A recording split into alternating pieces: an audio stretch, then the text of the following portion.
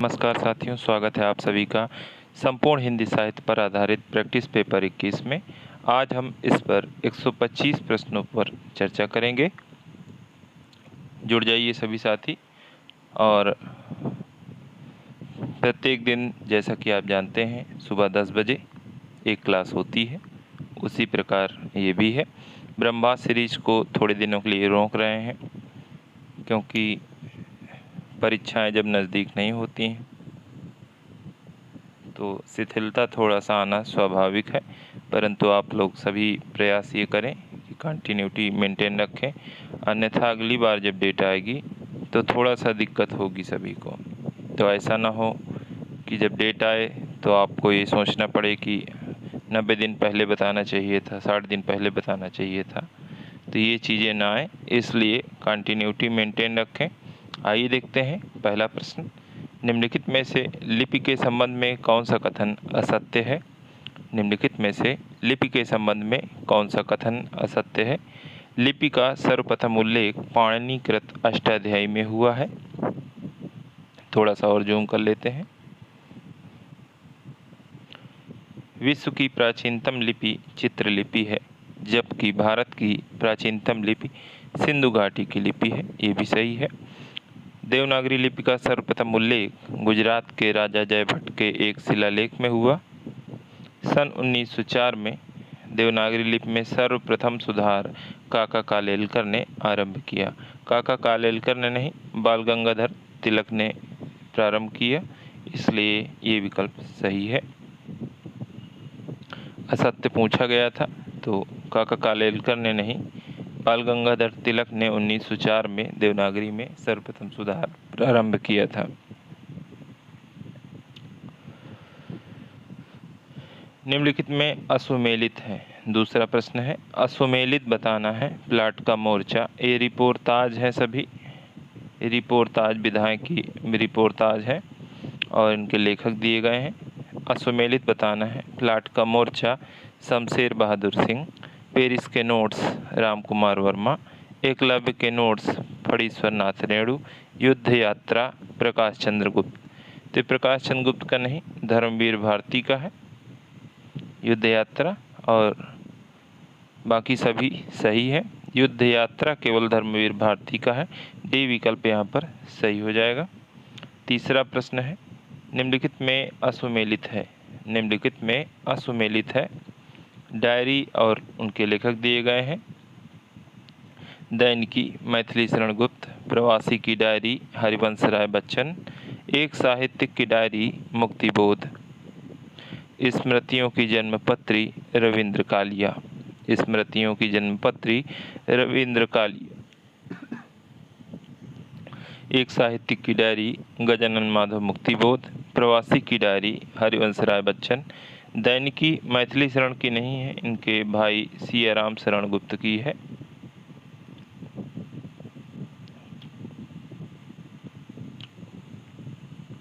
बाकी सभी सही है, यही सिर्फ एक असुमेलित था। असुमेलित पहचानना है। असुमेलित पहचानिए। आत्मकथा और आत्मकथाकार दिए गए हैं। आत्मकथा और आत्मकथाकार दिए गए हैं। बूंद बावड़ी पद्मा सचदेवा सही है। मेरी जीवन यात्रा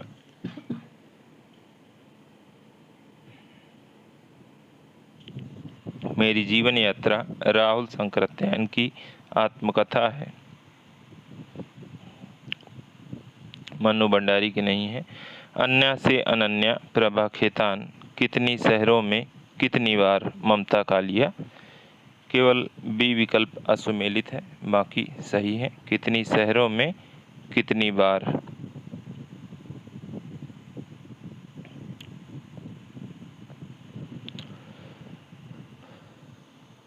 पांचवा प्रश्न है, नागार्जुन की कविताओं के आधार पर 1940 ईस्वी के बाद के भारतीय समाज की राजनीतिक चेतना का इतिहास लिखा जा सकता है। नागार्जुन की कविताओं के आधार पर 1940 ईस्वी के बाद के भारतीय समाज की राजनीतिक चेतना का इतिहास लिखा जा सकता है। यह प्रसिद्ध कथन किस विचारक का है? Ramvilas Sharma, Ramswaroop Chaturvedi, doctor Bachchan Singh, Manager Pandey. Manager Pandey ने ये बात कही। और ये खूब पूछा जाता है कि नागार्जुन के कविताओं के आधार पर 1940 ईस्वी के बाद के भारतीय समाज की राजनीतिक चेतना का इतिहास लिखा जा सकता है। छठा प्रश्न है, वे अपने काल में समस्त उत्तरी भारत के सर्वश्रेष्ठ साहित्यकार थे। हजारी प्रसाद द्विवेदी का यह कथन किसके लिए है? वे अपने समस्त उत्तरी भारत के सर्वश्रेष्ठ साहित्यकार थे। हजारी प्रसाद द्विवेदी का यह कथन किसके लिए है? कबीरदास, तुलसीदास, प्रेमचंद, भारतेंदु। तो ये प्रेमचंद जी के लिए कथन है। किसके द्वारा? हजारी प्रसाद द्विवेदी जी के द्वारा। सानी का पूरा नाम क्या है? सानी का पूरा नाम क्या है? गुलशेर खां सानी, सभी जानते हैं। महाभोज शीर्षक से कौन सी विधा में रचना उपलब्ध नहीं है? महाभोज शीर्षक से कौन सी विधा में रचना नहीं है? कहानी है, उपन्यास है, नाटक है, परंतु काव्य विधा में महाभोज नाम से कोई भी रचना नहीं की गई है। नवा प्रश्न है, गालिब छूटी शराब। गालिब छूटी शराब किसकी आत्मकथा है? रविंद्र कालिया की है। ये शराब बहुत पीते थे। ओल्गा से गंगा किस विधा की रचना है? ओल्गा से गंगा किस विधा की रचना है? ये तो राहुल शंकराचार्य की कहानी है। यात्रा वृत्तांत में लोग चले जाते हैं, इसलिए इसको बार बार हाईलाइट किया जा रहा है और ये खूब पूछा जाता है क्योंकि लोग सीधे यात्रा वृत्तांत पे जाते हैं, परंतु ये है क्या? कहानी है। 11वां प्रश्न है, इस बोली से मैं सारे हिंदुस्तान को समझा सकूंगा। इस बोली से मैं सारे हिंदुस्तान को समझा सकूंगा। हिंदी भाषा के संदर्भ में यह कथन किसका है? इस बोली से मैं सारे हिंदुस्तान को समझा सकूंगा। हिंदी भाषा के संदर्भ में यह कथन किसका है? विलियम कैरे का है। बी विकल्प सही है। 12वां प्रश्न है, दौलत इंद्र समान बढ़ी। दौलत इंद्र समान बढ़ी, पैखुमान को नेक गुमान न आयो। दौलत इंद्र समान बढ़ी, पैखुमान को नेक गुमान न आयो। पंक्तियों में अलंकार कौन सा है? विशेषोक्ति है। 13वां प्रश्न है, अलंकार में अगर कोई भी दिक्कत हो रही है तो आप पूरा टेस्ट पेपर पढ़ लीजिए। 100 प्रश्न लगभग कराए गए हैं, 100 या 125। एक बार आप उसे पढ़ लेंगे तो दिक्कत नहीं होगी। शब्द और अर्थ का समान मिश्रण गुम्फन किस रीति में मिलता है? शब्द और अर्थ का समान मिश्रण यानी गुम्फन किस रीति में मिलता है? वैदर्भी, गौड़ी, पांचाली, लाठी। तो पांचाली रीति में शब्द और अर्थ का समान मिश्रण यानी गुम्फन मिलता है। प्ले लिस्ट में जाइएगा, सर्च कीजिएगा काव्य शास्त्र वाला। काव्य शास्त्र का जो दूसरा पेपर है 100 प्रश्न है उसमें, और वैदर्भी, गौड़ी, लाठी, पांचाली, अभिधा, लक्षणा, व्यंजना, इन पर बहुत सारे प्रश्न हैं। कॉन्सेप्ट आपका क्लियर हो जाएगा वहाँ पर। 14वां प्रश्न है, सूची 1 के समूहों का मिलान सूची 2 से कीजिए। सूची 1 के समूहों का मिलान सूची 2 से कीजिए और दिए गए कूट से सही उत्तर चुनिए। सूची 1 और सूची 2 दी गई है। रचनाएं और रचनाकार हैं। प्रिप्रवास अयोध्या सिंह उपाध्याय हरिऔध जी की है। रंग में भंग मैथिली शरण गुप्त। मृत्युंजय राय देवी प्रसाद पूर्ण। मृत्युंजय राय देवी प्रसाद पूर्ण। पथिक राम नरेश त्रिपाठी। यहाँ पर 3, 1, 2, 4 सी विकल्प सही हो जाएगा। आचार्य शुक्ल ने एडविन अर्नोल्ड के आख्यान काव्य लाइट ऑफ एशिया का बुद्ध चरित नाम से किस भाषा में अनुवाद किया? आचार्य शुक्ल ने एडविन आर्नोल्ड के आख्यान काव्य लाइट ऑफ एशिया का बुद्ध चरित नाम से किस भाषा में अनुवाद किया? कभी पूछा जाए सीधे ब्रज भाषा में किया। सी विकल्प सही है। निम्न में से एक काव्य संग्रह त्रिलोचन शास्त्री का है। त्रिलोचन शास्त्री का कौन सा काव्य संग्रह है? जीने की कला, छबियाँ की छबियाँ, नीरज के प्रेम गीत, राही को समझाए कौन। तो जीने की कला त्रिलोचन शास्त्री का काव्य संग्रह है। ए विकल्प सही है। 17वां प्रश्न है, कविता के बहाने कविता कुंवर नारायण के किस काव्य संग्रह से ली गई है? कविता के बहाने कविता कुंवर नारायण के किस काव्य संग्रह से ली गई है? विकल्पों पे चलते हैं। परवेश, हम तुम, अपने सामने, इन दिनों, कोई दूसरा नहीं। कविता के बहाने इन दिनों काव्य संग्रह से ली गई है। सी विकल्प सही है। निम्न में से लंबी कविता नहीं है। पटकथा, प्रलय की छाया, ब्रह्मराक्षस, अकाल और उसके बाद लंबी कविता नहीं है। नागार्जुन की ये सामान्य कविता है। तो यहाँ पर डी विकल्प सही है। बाकी सभी लंबी कविताएं हैं। निम्न में से कौन सा विकल्प असंगत है? शिकंजे का दर्द, सुशीला टाँक भौरे, नागफनी, श्याम नारायण सोनकर, मेरी पत्नी और भेड़िया, डॉक्टर धर्मवीर, मेरा बचपन मेरे कंधों पर, शिवराज सिंह बेचैन। नागफनी जो है हरिशंकर परसाई की व्यंग्य रचना है। बाकी सभी विकल्प संगत हैं।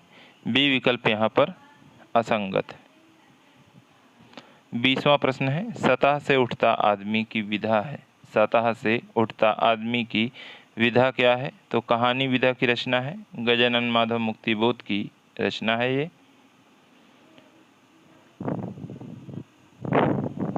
21वां प्रश्न है, मलबे का मालिक कहानी का कथ्य क्या है? मलबे का मालिक कहानी का कथ्य क्या है? भारत पाक विभाजन पर आधारित है और मोहन राकेश की ये कहानी है। भारत पाक विभाजन पर आधारित इसका विषय है। राग दरबारी के रचनाकार का नाम है। 22वां प्रश्न है, राग दरबारी के रचनाकार का नाम है श्रीलाल शुक्ल। राग दरबारी श्रीलाल शुक्ल।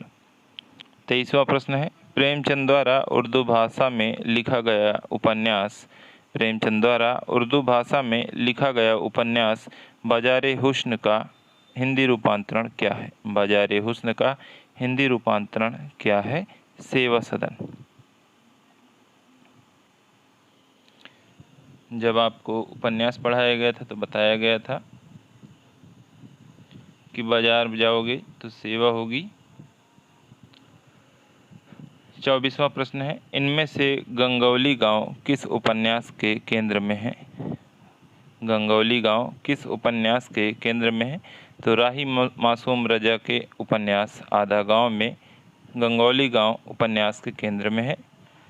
भारतेंद्र युग की केंद्रीय विधा क्या है? 25वां प्रश्न है, भारतेंद्र युग की केंद्रीय विधा क्या है? उपन्यास, कहानी, नाटक, इनमें से कोई नहीं। तो सभी जानते हैं नाटकों की रचना हुई, शुरुआत हुई, केंद्रीय विधा नाटक ही रही। 26वां प्रश्न है, सती चंद्रावली और अमर सिंह राठौर नाटकों की रचना किसने की? सती चंद्रावली और अमर सिंह राठौर नाटकों की रचना किसने की? राधाचरण गोस्वामी जी ने की। पहला विकल्प सही है। धातुसेन प्रसाद के किस नाटक का पात्र है? धातुसेन प्रसाद के किस नाटक का पात्र है? स्कंदगुप्त का है। देहरि भई विदेश संपादित पुस्तक क्या है?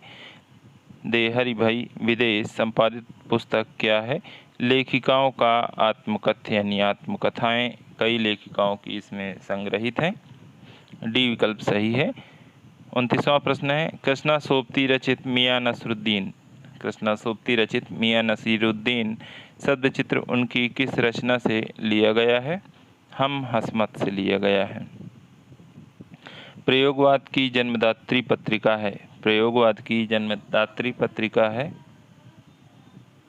तार सप्तक, जो कि 1943 में प्रकाशित हुई थी। 31वां प्रश्न है, बंगाल गजट के संपादक कौन थे? बंगाल गजट के संपादक कौन थे? J.A. हिक्की बंगाल गजट के संपादक थे। 32वां प्रश्न है, रविंद्र कविता कानन। रविंद्र कविता कानन के लेखक हैं निराला जी। रविंद्र कविता कानन सूर्यकांत त्रिपाठी निराला की रचना है। 33वां प्रश्न है, तुलसी आधुनिक वातायन में। तुलसी आधुनिक वातायन से पुस्तक के लेखक हैं। तुलसी आधुनिक वातायन से पुस्तक के लेखक रमेश कुंतल मेघ हैं।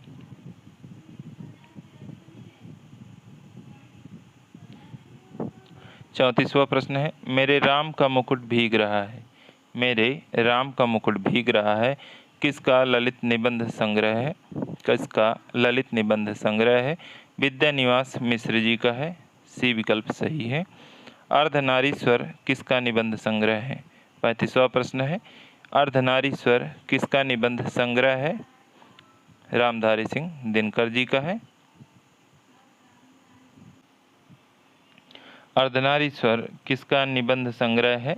तो रामधारी सिंह दिनकर जी का है। 36वां प्रश्न है, पुष्टि मारक को जहाज जात है। पुष्टि मारक को जहाज जात है, जाकू कछु लेना हो सो लेऊ। विठलनाथ का यह कथन कब का है? सूरदास की मृत्यु पर है। जब सूरदास की मृत्यु हुई थी तब विठलनाथ ने ये बात कही। 37वां प्रश्न है, धर्मवीर भारती के अंधा युग नाटक ने हिंदी रंगमंच को नई दिशा दी। धर्मवीर भारती के अंधा युग नाटक ने हिंदी रंगमंच को नई दिशा दी।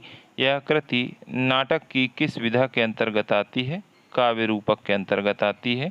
बी विकल्प सही है। 38वां प्रश्न है, नारी तुम केवल श्रद्धा हो। 38वां प्रश्न है, नारी तुम केवल श्रद्धा हो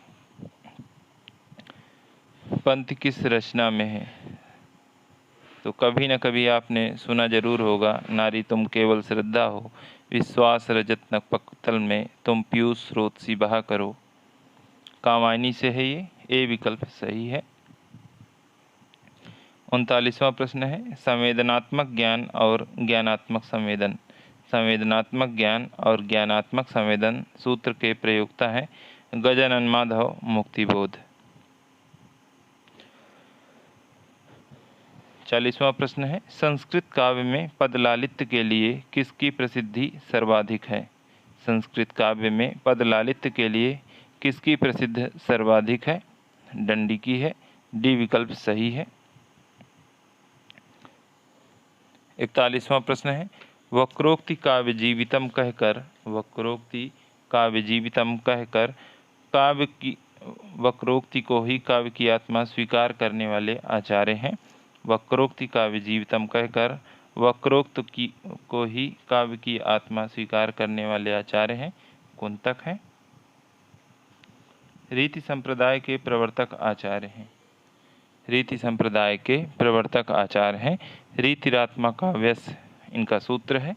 और वामन रीति संप्रदाय के प्रवर्तक आचार्य हैं।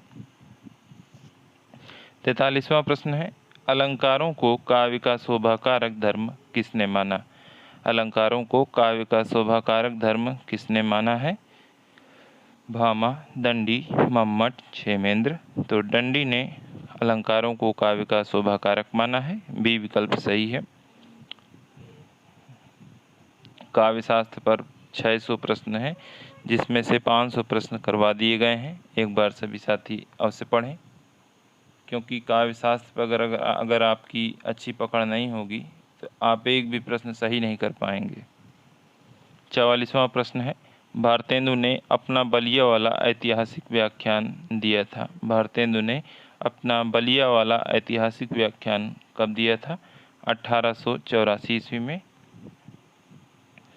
अपनी मृत्यु से 1 वर्ष पहले। आधुनिक भाषा विज्ञान के जनक माने जाते हैं।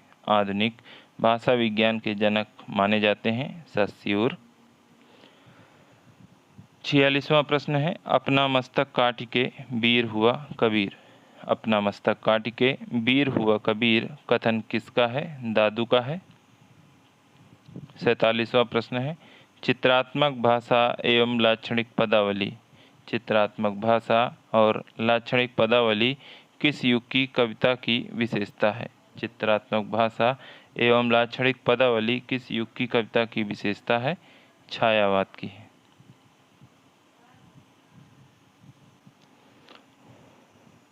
अगला प्रश्न है 48वां, आर्य समाज के संस्थापक हैं। आर्य समाज के संस्थापक हैं दयानंद सरस्वती। डी विकल्प सही है।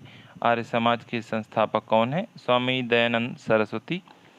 49वां प्रश्न है, हिंदी में अधिकांश शब्द किस भाषा से आए हैं? हिंदी में अधिकांश शब्द किस भाषा से आए हैं?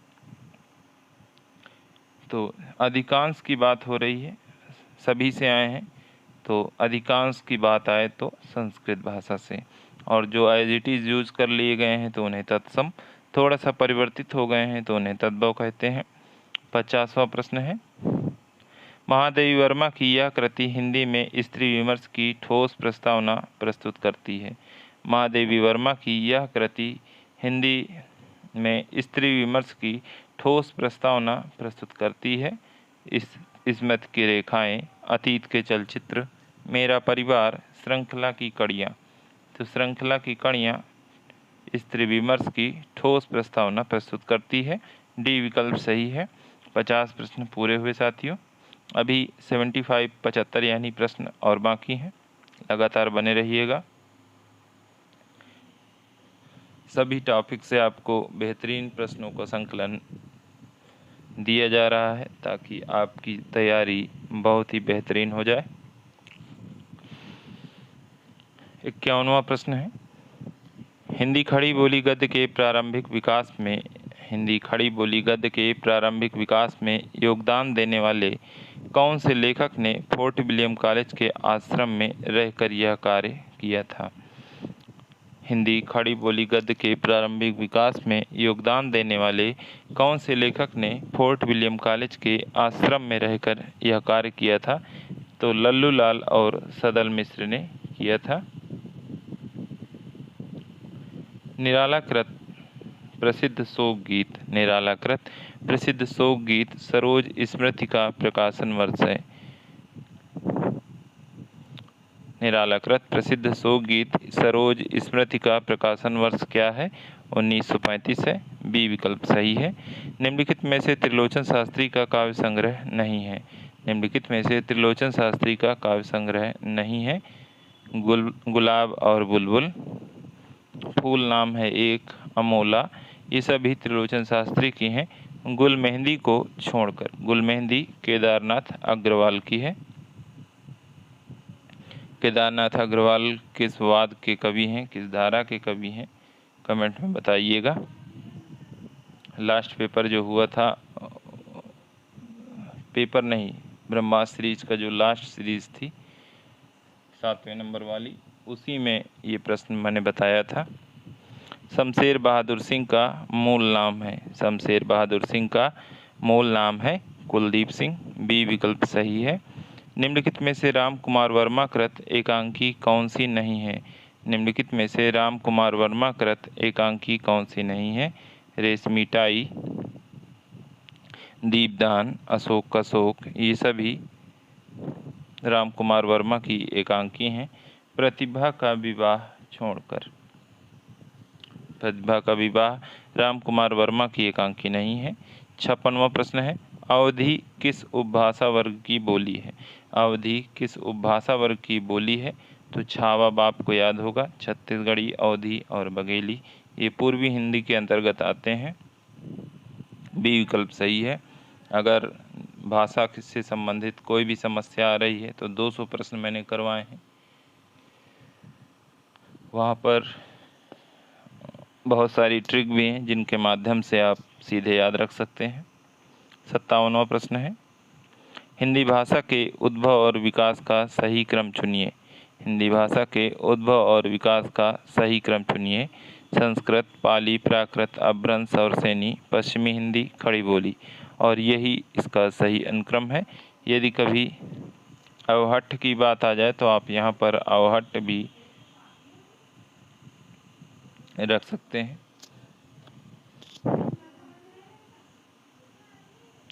58वां प्रश्न है, हिंदी भाषा की वह कौन सी बोली है? हिंदी भाषा की वह कौन सी बोली है जो हिंदी भाषियों द्वारा सर्वाधिक बोली जाती है? हिंदी भाषा की वह कौन सी बोली है जो हिंदी भाषियों द्वारा सर्वाधिक बोली जाती है? तो वह भोजपुरी है।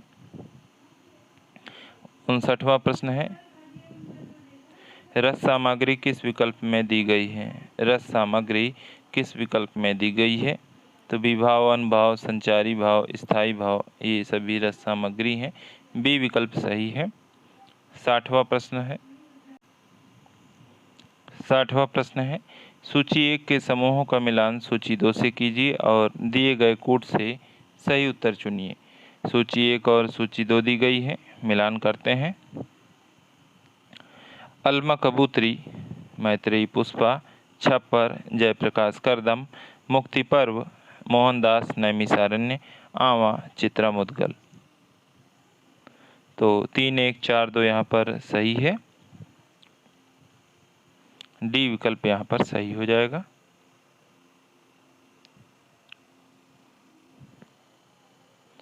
इकसठवां प्रश्न है, नेताजी का हिंद, नेताजी का हिंद के रचनाकार हैं? नेताजी का हिंद के रचनाकार कौन है? मनोहर श्याम जोशी। सी विकल्प सही है। 62वां प्रश्न है, हिंदी की पहली कहानी लेखिका है? हिंदी की पहली कहानी लेखिका है कौन है? बंग महिला, और इनकी एक कहानी आई थी जिसे पहली कहानी माना गया है, कौन सी है? कमेंट में बताएं। 63वां प्रश्न है, आधुनिक खोजों के अनुसार पहली मौलिक कहानी है? आधुनिक खोजियों के अनुसार पहली मौलिक कहानी कौन सी है? एक टोकरी भर मिट्टी, माधवराव सप्रे की कहानी है। प्रेमचंद की कहानियों की संख्या लगभग कितनी है? प्रेमचंद की कहानियों की संख्या जब पूछी जाए तो 300 या 300 प्लस, तो बी विकल्प यहाँ पर सही है। 65वां प्रश्न है, कौन सी कहानी घटना प्रधान है? कौन सी कहानी घटना प्रधान है? तो पंच परमेश्वर घटना प्रधान कहानी है। सी विकल्प सही हो जाएगा।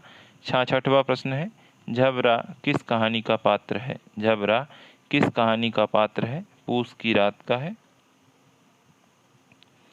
67वां प्रश्न है, प्रसाद की गुंडा कहानी में इतिहास के किस युग का चित्रण है? प्रसाद की गुंडा कहानी में किस युग का चित्रण है? ईस्ट इंडिया कंपनी के समय का चित्रण है। डी विकल्प सही है। 68वां प्रश्न है, मुड़ मुड़ के देखता हूँ, मुड़ मुड़ के देखता हूँ, यह राजेंद्र यादव की डैश डैश रचना है। मुड़ मुड़ के देखता हूँ और ये राजेंद्र यादव की आत्मकथा है। डी विकल्प सही हो जाएगा। 69 है, 1965 में आयोजित कथा समारोह में किसको जेबी आलोचक कहा गया है? 1965 में आयोजित कथा समारोह में धनंजय वर्मा को जेबी आलोचक कहा गया है। 70वां प्रश्न है, समांतर कहानी आंदोलन, समांतर कहानी आंदोलन किसने चलाया? तो वहाँ पर कमलेश्वर का नाम आता है। समांतर कहानी के लिए कमलेश्वर ही जाने जाते हैं। राजस्थानी परिवेश में प्रेम की निगूढ़ अभिव्यक्ति किस कहानी में हुई है? राजस्थानी परिवेश में प्रेम की निगूढ़ अभिव्यक्ति गदल कहानी में हुई है। 72वां प्रश्न है, नई कहानी की विशेष उपलब्धि, नई कहानी की विशेष उपलब्धि किस क्षेत्र में रही है? नई कहानी की विशेष उपलब्धि किस क्षेत्र में रही है? बदलते सामाजिक पारिवारिक रिश्तों के चित्रण में,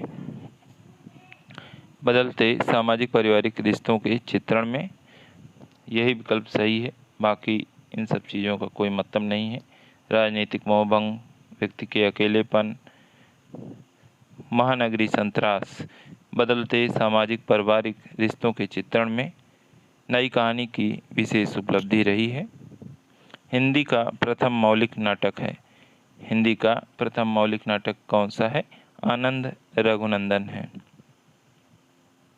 74वां प्रश्न है, नाट्य शास्त्र की दृष्टि से नाटक का तत्व है। नाटक का तत्व पूछा गया है। अभिनेता, कथा वस्तु, रस, ये तीनों नाटक के तत्व हैं। डी विकल्प सही है। 75वां प्रश्न है, भारत में सबसे पहले पश्चिमी रंगमंच की स्थापना कहाँ हुई है? भारत में पश्चिमी रंगमंच की स्थापना कहाँ हुई है? तो बंगाल में हुई।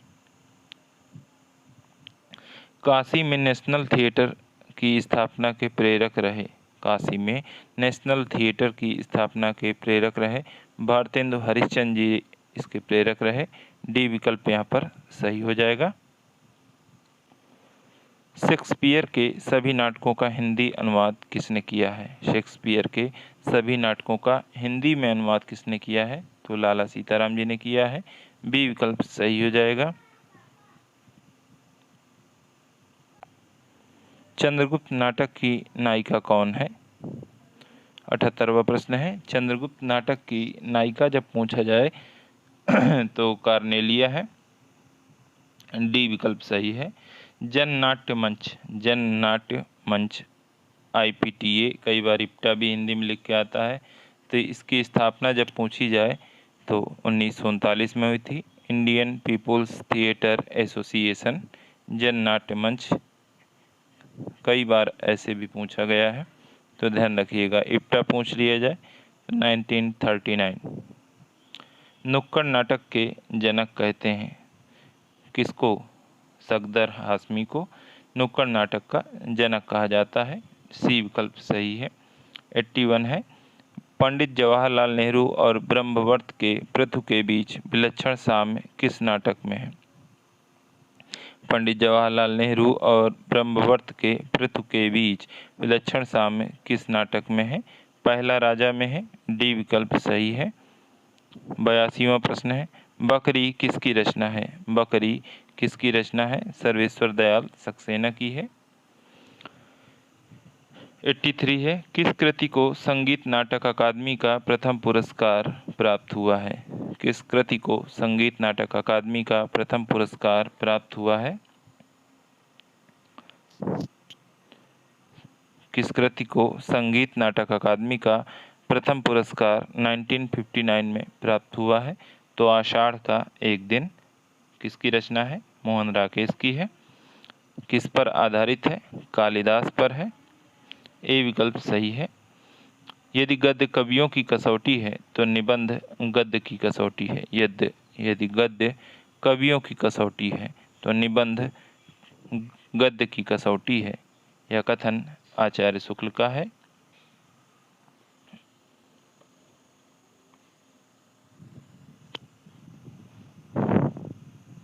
अगला प्रश्न है, इनमें से कौन सा आचार्य हजारी प्रसाद द्विवेदी जी का नहीं है? इनमें से कौन सा आचार्य हजारी प्रसाद द्विवेदी जी का नहीं है?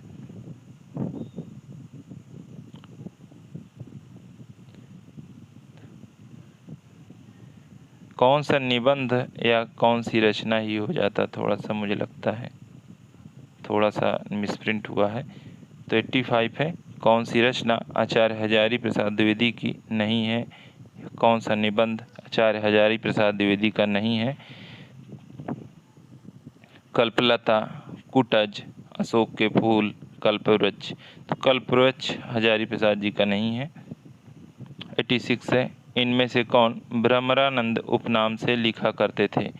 इनमें से कौन भ्रमरानंद उपनाम से लिखा करते थे? तो विद्यानिवास मिश्र। 87 है, हरिशंकर परसाई के व्यंग्यात्मक निबंधों का लक्ष्य क्या है? हरिशंकर परसाई के व्यंग्यात्मक निबंधों का लक्ष्य क्या है? पाठकों की वास्तविकता के प्रति आंखें खोलना हरिशंकर परसाई का यही लक्ष्य था। आलोचना को कला की सजगता किसने कहा है? आलोचना को कला की सजगता किसने कहा है? मिडिल्टन मरे ने कहा है।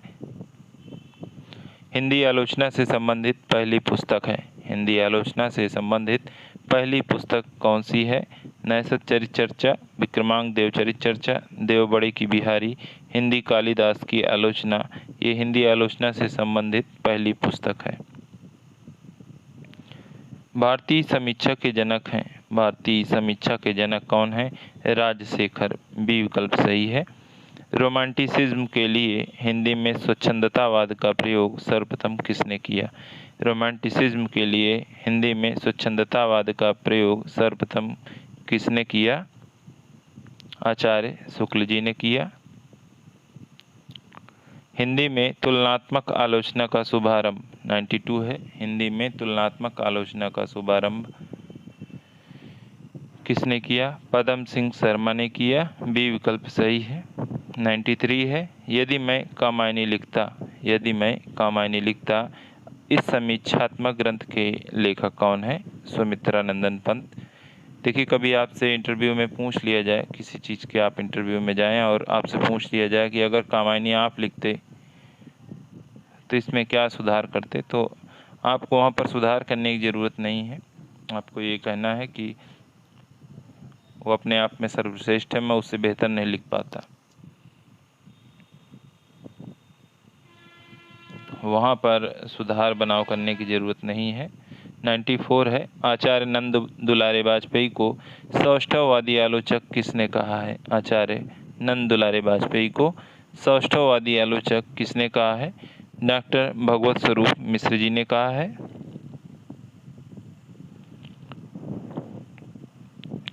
सौष्ठववादी आलोचक किसे कहा जाता है? तो नंद दुलारे वाजपेयी आ जाएगा नाम। किसने कहा है? तो डॉक्टर भगवत स्वरूप मिश्र। ये दोनों तरह से प्रश्न पूछा गया है। यादों की बारात किसकी आत्मकथा है? यादों की बारात किसकी आत्मकथा है? जोश मलिहाबादी की है। 96 है। जिंदगी मुस्काई के रचनाकार हैं। जिंदगी मुस्काई कन्हैयालाल मिश्र प्रभाकर की रचना है। सी विकल्प सही है। रिपोर्ताज शब्द किस भाषा का है? रिपोर्ताज शब्द किस भाषा का है? फ्रेंच भाषा का है। 98 है। इनमें से किस विद्वान का कोई भी ग्रंथ उपलब्ध नहीं है? इनमें से किस विद्वान का कोई भी ग्रंथ उपलब्ध नहीं है? शंकुक, भट्टनायक, भट्ट लोल्लट, अभिनव गुप्त। तो लोल्लट का कोई ग्रंथ नहीं है, बाकी सभी के कोई ना कोई ग्रंथ जरूर है। रस गंगाधर किसकी रचना है? रस गंगाधर पंडित राज जगन्नाथ की है। 100 नंबर प्रश्न। मात्रा स्वर को क्या कहते हैं? मात्रा स्वर को क्या कहते हैं? समरूप यानी ग्रेफीम। वर्ण तालिका के अनुसार ह्रस्व, दीर्घ और प्लुत क्या है? वर्ण तालिका के अनुसार ह्रस्व, दीर्घ और प्लुत क्या है? तो ये स्वर हैं। चक्रपाणी दर्शनार्थ, चक्रपाणी दर्शनार्थ पद में मान्य समास कौन सा है? अव्ययी भाव समास है। प्रथम पद प्रधान, अव्ययी भाव। प्रत्यर्पण शब्द में कौन सा उपसर्ग लगा है? प्रतिधन अर्पण, प्रत्यर्पण। रस निरूपण के प्रथम व्याख्याता थे। रस निरूपण के प्रथम व्याख्याता थे भट्ट लोल्लट। डी विकल्प सही है। 105 है। अरण्य चंद्रिका मुहावरे का अर्थ है। अरण्य चंद्र का मुहावरे का अर्थ है निष्प्रयोजन पदार्थ। 106 है। इनमें से कौन सा शब्द उच्च का समानार्थी नहीं है? इनमें से कौन सा शब्द उच्च का समानार्थी नहीं है? टीला, श्रेष्ठ, बड़ा, कुलीन। टीला जो है उच्च का समानार्थी नहीं है। अमर शब्द का विलोम पूछा गया है। अमर का मर्थ होता है।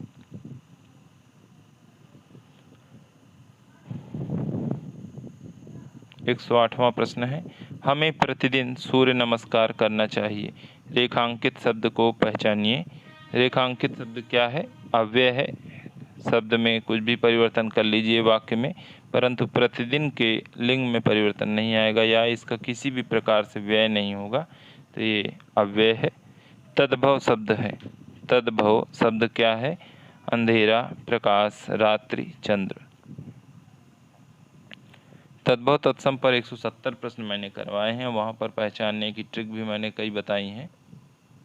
तो तद्भव शब्द क्या है? अंधेरा है। 110वां प्रश्न है, लिखावट में प्रत्यय है। लिखावट में कौन सा प्रत्यय है? आवट है। निम्न में से भाववाच्य वाक्य का चयन कीजिए। निम्न में से भाववाच्य वाक्य का चयन कीजिए। वह रोती है। स्वादिष्ट खीर फाइज द्वारा पकाई गई थी। वह कौन है? उन लोगों से आज खेला नहीं जाता। ये भाववाच्य वाक्य है। डी विकल्प यहाँ पर सही हो जाएगा। 112वां प्रश्न है, निम्न में पुल्लिंग शब्द कौन सा है? तो वाक्य में वाक्य प्रयोग करना है, जैसे रचना आई या रचना हुई, प्रार्थना की गई, प्रार्थना कराई गई, पत्र लिखा गया, आज्ञा दी गई या आज्ञा मानी गई, पत्र भेजा गया। तो ये पुल्लिंग शब्द है, बाकी सभी स्त्रीलिंग है। इनमें से कौन सा शब्द विशेषण नहीं है? कौन सा शब्द विशेषण नहीं है? कौन विशेषता नहीं बता रहा है? भयभीत, निर्भीक, भीरु, भव। भव जो है विशेषण नहीं है। 114वां प्रश्न है, बच्चा गया वाक्य में प्रयुक्त काल पहचाने। बच्चा गया सामान्य भूतकाल है, यहाँ पर ए विकल्प सही है।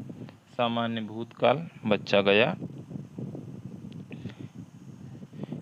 अनेकार्थी शब्द नाग का निम्नलिखित में से एक अर्थ है। बच्चा अनेकार्थी शब्द नाग का निम्नलिखित में से एक अर्थ कौन सा है? हाथी है। 10 प्रश्न और बचे हुए हैं, धैर्य बनाए रखें। आज वैसे भी बहुत छोटी क्लास हुई है, क्योंकि प्रश्नों का स्तर थोड़ा सा सामान्य आसान था।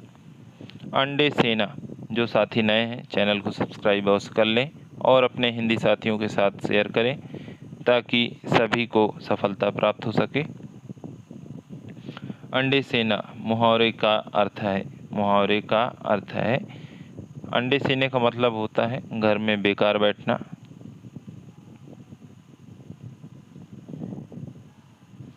यहाँ पर डी विकल्प सही हो जाएगा। 117वां प्रश्न है, शुद्ध शब्द का चयन कीजिए। शुद्ध शब्द का चयन करना है, तो पूजास्पद यहाँ पर शुद्ध है।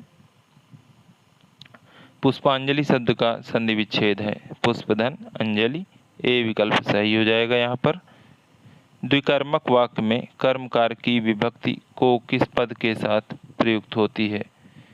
को, कर्ता ने कर्म को गौण कर्म पद के साथ प्रयुक्त होता है। 120वां प्रश्न, निम्नलिखित शब्दों में से तत्सम शब्द कौन सा है? निम्नलिखित में से तत्सम शब्द कौन सा है? अग्नि जो है तत्सम है, डी विकल्प सही हो जाएगा। आंसू का तत्सम रूप निम्नलिखित में से कौन सा है? आंसू का तत्सम रूप आंसू का अश्रु होता है। 122वां प्रश्न है, जब पानी बरसता है तब मेढक बोलते हैं। जब पानी बरसता है तब मेढक बोलते हैं में जब पानी बरसता है में कौन सा वाक्य है? ये क्रिया विशेषण उपवाक्य है, सी विकल्प यहाँ पर सही हो जाएगा। क्रिया की विशेषता बता रहा है। किस आलोचक के अनुसार कामायनी में वर्गहीन समाज की साम्यवादी पुकार की भी दबी सी अनुगूंज सुनाई पड़ती है? किस आलोचक के अनुसार कामायनी में वर्गहीन समाज की साम्यवादी पुकार की भी दबी सी अनुगूंज सुनाई पड़ती है? आचार्य रामचंद्र शुक्ल। रसिया बालम नामक कहानी के लेखक हैं। रसिया बालम नामक कहानी के लेखक हैं जयशंकर प्रसाद। 125वां प्रश्न है, मैथिली शरण गुप्त के संबंध में किसने कहा, उनकी नारियों में उर्मिला का चरित्र चित्रण सबसे अधिक निष्प्रभ और ठंडा है? मैथिली शरण गुप्त के संबंध में किसने कहा, उनकी नारियों में उर्मिला का चरित्र चित्रण सबसे अधिक निष्प्रभ और ठंडा है। रोने के अतिरिक्त उसे और कोई काम ही नहीं है।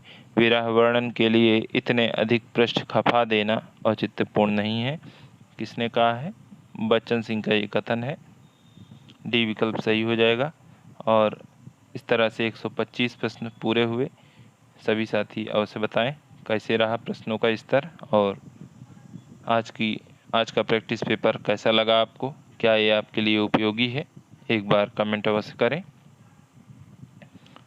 और लगातार बने रहें साथियों, वीडियो को लाइक अवश्य किया करें, एक कमेंट, और चैनल को सब्सक्राइब अवश्य कर लें। आज नहीं तो कल पेपर ज़रूर होना है, क्योंकि फार्म पड़ा हुआ है, सरकार पर दबाव भी बन रहा है। आयोग जो है शीघ्रता से काम भी करेगा, उम्मीद है। तो लगातार साथियों पढ़ते रहें, पढ़ाई को न छोड़ें, अन्यथा 1 महीना नहीं पढ़ेंगे तो अभी तक आपने जितना पढ़ा है वो सब बराबर हो जाएगा। इसलिए पढ़ाई नियमित रूप से जारी रखें। अभी बिहार होना है, सुनने में आ रहा है कि 10 अगस्त तक परीक्षा हो जाएगी। कोई बड़ी बात नहीं है, परीक्षा हो भी सकती है। फार्म भरवा के वो तुरंत परीक्षा करवा लेंगे। एक बार ऐसा हुआ है, भले वो पेपर रद्द किया गया था। तो आज के लिए साथियों इतना ही। बहुत बहुत धन्यवाद। नमस्कार।